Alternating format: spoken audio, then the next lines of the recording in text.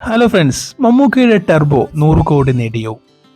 മലയാള സിനിമയിൽ അവസാനമായി മമ്മൂക്കയുടെ ടർബോയും പൃഥ്വിരാജിന്റെ ഗുരുവായൂർ അമ്പലനടയിലുമായിരുന്നു മികച്ച ഫൈറ്റ് നടത്തിയത്.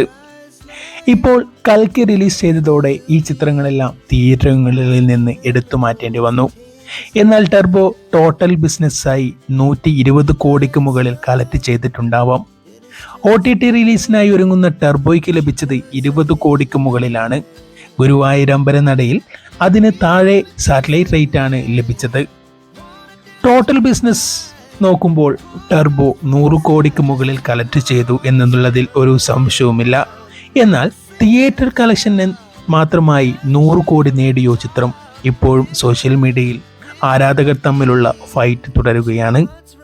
മമ്മൂക്കയുടെ ടർബോ 100 കോടി നേടും എന്നുള്ളത് ചിത്രം റിലീസ് ചെയ്തത് മുതൽ മമ്മൂട്ടി ആരാധകർ പറഞ്ഞുകൊണ്ടിരിക്കുകയായിരുന്നു.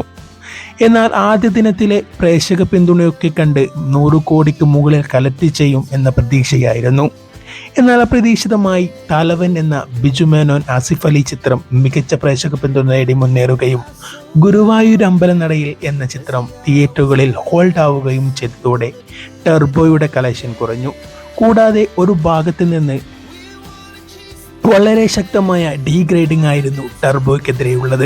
അതിനെ അതിജീവിച്ചുകൊണ്ടാണ് 100 കോടിക്കരികെ ടർബോ പടയോട്ടം അവസാനിപ്പിച്ചത്. മമ്മൂക്കയുടെ അടുത്ത സിനിമ ബസൂക്കയാണ്. ബസൂക്കയിലൂടെ മമ്മൂക്കയും 100 കോടിയിൽ ക്ലബിൽ ഇടം നേടും എന്ന് നമുക്ക് പ്രതീക്ഷിക്കാം. നിങ്ങൾ മമ്മൂട്ടി ആരാധകരാണോ അല്ലെങ്കിൽ മോഹൻലാൽ ആരാധകരാണോ? കമൻറ്റ് ബോക്സ് രേഖപ്പെടുത്താൻ മറക്കരുത്. നിങ്ങൾ ആരാധിക്കുന്ന താരരാജാവ് ആരാണ്? നിങ്ങളുടെ അഭിപ്രായം കമൻറ്റ് ബോക്സ് രേഖപ്പെടുത്തൂ. കൂടാതെ സബ്സ്ക്രൈബ് ബട്ടൺ പ്രസ് ചെയ്യാനും മറക്കരുത്.